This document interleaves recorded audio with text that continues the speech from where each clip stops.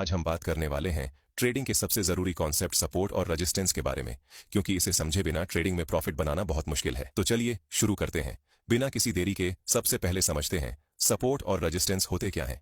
Support का मतलब वो लेवल जहां पर प्राइस गिरकर रुक जाती है और वापस ऊपर जाने की कोशिश करती है। इसे आप जमीन समझ सकते हैं। दूसरे शब्दों में, जब सेलर मार्केट को नीचे ले जाता है तब बायर सपोर्ट लेवल से फिर से ऊपर ले जाने की कोशिश करता है। वही रेजिस्टेंस का मतलब है वो लेवल जहां पर प्राइस ऊपर जाकर रुक जाती है और नीचे गिरने लगती है। इसे आप छत समझ सकते हैं। आसान भाषा में सपोर्ट नीचे का लेवल जहां बायर्स एक्टिव हो जाते हैं और रेजिस्टेंस ऊपर का लेवल जहां सेलर्स एक्टिव हो जाते हैं। जैसे मान लीजिए किसी स्टॉक की कीमत बार बार 100 रुपए पर गिरकर ऊपर जाती है तो 100 रुपए उस स्टॉक का सपोर्ट है। अगर वही स्टॉक बार बार 120 रुपए पर जाकर नीचे गिरता है तो 120 रुपए रेजिस्टेंस है। चलो अब समझते हैं कि सपोर्ट और रेजिस्टेंस लगाना क्यों जरूरी है। दोस्तों, ट्रेडिंग में एंट्री और एग्जिट का फैसला करना सबसे मुश्किल काम है।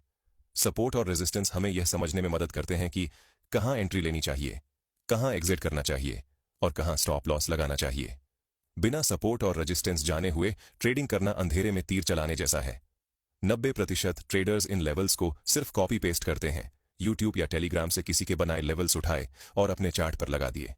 असली समस्या यह है कि ट्रेडर को समझ ही नहीं आता कि ये लेवल्स क्यों बनाए गए हैं, इनके पीछे लॉजिक क्या है और बिग प्लेयर्स की सोच क्या है। यानी बिना समझे बूझे ट्रेडिंग करना। इसलिए सबसे पहले मैं साफ कर दूं, अगर आप भी आंख बंद करके दूसरों के बनाए लेवल्स को फॉलो करते हैं तो यह वीडियो आपके लिए नहीं है, क्योंकि यहां हम खुद से चार्ट पर सही तरीके से लेवल्स ड्रॉ करना सीखेंगे। अब यहां दो तरह के की लेवल्स बनते हैं। पहला, एक्चुअल की लेवल्स, जहां बायर्स और सेलर्स की वजह से प्राइस बार बार रिएक्ट करता है और बड़े मूव्स आते हैं। दूसरा, साइकोलॉजिकल लेवल्स, जैसे 20,000, 22,000। ये राउंड नंबर्स होते हैं। इन्हें याद रखना आसान है, इसीलिए रिटेल ट्रेडर अक्सर इन्हीं लेवल्स के आसपास एंट्री और एग्जिट करते हैं। लेकिन बिग प्लेयर्स इन्हीं लेवल्स का इस्तेमाल करके छोटे ट्रेडर्स को फंसा देते हैं। इसलिए साइकोलॉजिकल नंबर्स के पास एंट्री लेने से बचना चाहिए। अब बात करते हैं उस गलती की जो लगभग हर बिगिनर ट्रेडर करता है। चार्ट खोलते ही हर स्विंग हाई और हर स्विंग लो पर लाइन खींच देते हैं, जिससे चार्ट पर 10 से 15 लाइनें बन जाती हैं और चार्ट भरा भरा लगने लगता है। समझ नहीं आता कि कौन सा लेवल स्ट्रांग है और कौन सा वीक है, और लाइव मार्केट में खुद ही कंफ्यूज हो जाते हैं। इसीलिए इस बात का हमेशा ध्यान रखें कि चार्ट पर जितना हो सके उतना कम सपोर्ट रेजिस्टेंस ड्रॉ करें। कुछ ट्रेडर सपोर्ट रेजिस्टेंस ड्रॉ करते हुए एक और गलती करते हैं, वो पतले लाइन से ड्रॉ करते हैं। लेवल कोई पतली लाइन नहीं बल्कि एक जोन होता है। चलो अब जानते हैं, कुछ ट्रेडर सपोर्ट और रेजिस्टेंस को एक पतली लाइन से ड्रॉ कर लेते हैं और प्राइस जब उस लाइन पर आता है तो उसे देखकर ट्रेड लेते हैं और उस लाइन के थोड़ा नीचे ही अपना स्टॉप लॉस लगा देते हैं। लेकिन एक कैंडल थोड़ा नीचे जाता है और उसके स्टॉप लॉस को हिट करके फिर उसी के डायरेक्शन में चला जाता है। फिर कुछ ट्रेडर बोलते हैं कि अरे मार्केट तो मेरा स्टॉप लॉस खाने नीचे आया है और स्टॉप लॉस हिट करके ऊपर चला गया। इसीलिए सपोर्ट रेजिस्टेंस को लाइन से कभी मत ड्रॉ करना, क्योंकि बायर और सेलर एक रेंज में काम करते हैं। अब जानते हैं कौन सा लेवल सबसे इंपॉर्टेंट है जिस पर हम लोग सपोर्ट या रेजिस्टेंस ड्रॉ कर सकते हैं। स्ट्रॉन्ग लेवल्स पहचानने का तरीका। Order block candle concept. जब मार्केट किसी जगह से तेजी से गिरता है, इसका मतलब वहां बिग प्लेयर्स ने हैवी सेलिंग की है। अब उस रेड कैंडल से पहले वाली ग्रीन कैंडल को हम बिग प्लेयर एंट्री कैंडल मानते हैं। उस कैंडल के हाई से लो से रेक्टेंगल बनाओ, ये आपका स्ट्रॉन्ग रेजिस्टेंस जोन है। इसे रेक्टेंगल लाइन से ड्रॉ कर लो। उसी तरह जब मार्केट किसी लेवल से तेजी से ऊपर भागता है, इसका मतलब वहां बिग प्लेयर्स ने हैवी बाइंग की है। अब उस ग्रीन कैंडल से पहले वाली रेड कैंडल को एंट्री कैंडल मानकर रेक्टेंगल बनाओ, यह स्ट्रॉन्ग सपोर्ट जोन है। और इस बात का ध्यान रखो कि सपोर्ट और रेजिस्टेंस जोन वही होता है जहां से बड़ा मूव आया हो। हर छोटा मूव सपोर्ट और रेजिस्टेंस नहीं होता है, वो एक करेक्शन होता है। जैसे देखो, यहां मार्केट में सेलिंग हो रही है, यहां पर एक रेजिस्टेंस ड्रॉ कर सकते हो, लेकिन थोड़ा नीचे जाने के बाद ये कुछ ऊपर आता है। लेकिन ये एक स्ट्रॉन्ग रेजिस्टेंस नहीं है, क्योंकि यहां पर एक करेक्शन हुआ है। क्योंकि आपको पता होगा कि मार्केट कभी भी एक डायरेक्शन में नीचे या ऊपर नहीं जा सकता है। थोड़ा मूव आने के बाद प्रॉफिट बुकिंग होती है या रिट्रेसमेंट होता है। इसीलिए जब भी मार्केट में एक बड़ा मूव दिखे और किसी लेवल पर वो रुकता हुआ दिखाई दे, तो आप उसी डायरेक्शन में छोटा सा स्टॉप लॉस लगाकर ट्रेड में एंट्री ले सकते हैं। लेकिन इस बात का ध्यान रखें कि वहां पर कोई बड़ा सपोर्ट या रेजिस्टेंस ना हो। अगर वहां पर एक स्ट्रॉन्ग सपोर्ट या रेजिस्टेंस है तो उसके ब्रेकआउट होने पर ही ट्रेड में एंट्री करें। जैसे देखो, ये निफ्टी का 15 मिनट टाइम फ्रेम का चार्ट है, जिस पर हमने सिर्फ 3 सपोर्ट ड्रॉ किया, क्योंकि इस लेवल से बड़ा मूव आया है।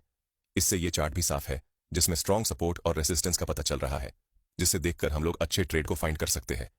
इसीलिए ये हमेशा ध्यान रखो कि जहां से बड़ा गिरावट शुरू हुआ वहां रेजिस्टेंस बनाओ, और जहां से बड़ा उछाल शुरू हुआ है वहां पर सपोर्ट बनाओ। पहले 15 मिनट चार्ट पर लेवल बनाओ, फिर 5 मिनट चार्ट पर जाओ और एंट्री लो प्राइस रेजिस्टेंस को तोड़ने की कोशिश करता है, लेकिन फेल हो जाता है। इसका मतलब वहां सेलर्स एक्टिव हैं। एंट्री लो short side, stop loss resistance के ऊपर रखो। पहला टारगेट पास का सपोर्ट जोन, दूसरा टारगेट नेक्स्ट सपोर्ट। इस तरह आपको क्लियर प्लान मिलेगा और हम प्रॉफिट कर पाएंगे। लेकिन इस बात का ध्यान रखो कि जब भी ट्रेड में एंट्री लो तो कॉन्फर्मेशन के बाद ही लो। ट्रेडिंग में सबसे जरूरी है रिस्क मैनेजमेंट। जैसे ही पहला टारगेट हिट हो, अपना 70% क्वांटिटी बुक करो, बाकी क्वांटिटी को ट्रेलिंग स्टॉप लॉस के साथ चलने दो। अगर मार्केट ट्रेंड कंटिन्यू करता है तो बड़ा मूव पकड़ लोगे, जिससे तुम्हें बड़ा प्रॉफिट होगा। और प्राइस अगर रिवर्स हो गया तो भी नुकसान नहीं होगा, क्योंकि पार्शियल प्रॉफिट ऑलरेडी बुक्ड है। यही स्ट्रैटेजी आपको मार्केट में लंबे समय तक टिकाएगी। जैसे देखो, प्राइस इस लेवल से गिरना शुरू हुआ, यहाँ एक रेसिस्टेंस है जिसे देखकर हमने एंट्री लिया। फिर ये गिरते हुए अपने दूसरे नजदीकी सपोर्ट के पास पहुंचता है, लेकिन उसे भी ब्रेक कर देता है। फिर हमें ट्रेल करते हुए इसे दूसरे सपोर्ट तक होल्ड करना है, और जब प्राइस अपने मेजर सपोर्ट के पास पहुंच जाए तो आप एग्जिट कर सकते हैं। और प्रॉफिट बुक करने के बाद उस दिन आपको कोई ट्रेड नहीं लेना है, क्योंकि मार्केट पहले ही बहुत गिर चुका है। लेकिन इस बात का हमेशा ध्यान रखें कि बहुत सारे ट्रेडर्स हर दिन ट्रेड करने की गलती करते हैं। लेकिन याद रखो, हर दिन सेटअप क्लियर नहीं होता है। जब मार्केट छोटे रेंज में घूमता है तो आप ट्रेड को अवॉइड करें, क्योंकि ऐसे मार्केट में ट्रेड लेने का कोई फायदा नहीं होगा। खासकर अगर आप इंडियन मार्केट में ट्रेड करते हो तो आपके ट्रेड लेने के बाद टाइम डीके के कारण आपको फायदा तो नहीं होगा, लेकिन नुकसान जरूर होगा। इसीलिए जब तक कोई क्लियर ब्रेकआउट या ब्रेकडाउन नहीं दिखे, जब सेटअप साफ ना दिखे, बेटर है बैठ जाओ। ट्रेडिंग में पेशेंस ही सबसे बड़ा वेपन है, लेकिन कुछ ट्रेडर को यह पता नहीं होता है कि वो किस टाइम फ्रेम में सपोर्ट या रेसिस्टेंस को ड्रॉ करे। तो चलो जानते हैं। अगर आप इंट्राडे ट्रेडिंग करते हैं तो सपोर्ट और रेसिस्टेंस को 15 मिनट टाइम फ्रेम पर ड्रॉ करें। इससे आप सही सपोर्ट और रेसिस्टेंस को ड्रॉ कर सकते हैं, क्योंकि अगर आप इंट्राडे में छोटा टाइम फ्रेम जैसे 1 मिनट या 3 मिनट पर सपोर्ट रेजिस्टेंस ड्रॉ करेंगे तो ज्यादा चांस होगा कि वो रॉन्ग हो। और अगर बड़े टाइम फ्रेम में ड्रॉ किया तो स्टॉप लॉस भी बड़ा आएगा। इसीलिए इंट्राडे के लिए 15 मिनट पर लेवल्स ड्रॉ करें और 5 मिनट पर एंट्री ले। अगर आप स्विंग ट्रेडिंग करते हैं तो 1 घंटे या दैनिक चार्ट यूज करो। चलो अब समझते हैं सपोर्ट और रेजिस्टेंस ट्रैप। जैसा कि आपको पता होगा कि हमें सपोर्ट पर बाइंग करना है और रेजिस्टेंस पर सेल। इसी का फायदा उठाकर बिग प्लेयर ट्रैप करते हैं। आप जब भी सपोर्ट या रेजिस्टेंस के ब्रेकआउट पर ट्रेड एंट्री करें तो एक रिट्रेसमेंट कैंडल का वेट जरूर करें। जैसे देखो, यहाँ पर रेजिस्टेंस का ब्रेकआउट हुआ तो आपको एक रिट्रेसमेंट कैंडल का वेट करना है, फिर ट्रेड में एंट्री लेना है और अपना टारगेट अगला रेजिस्टेंस तक रखना है।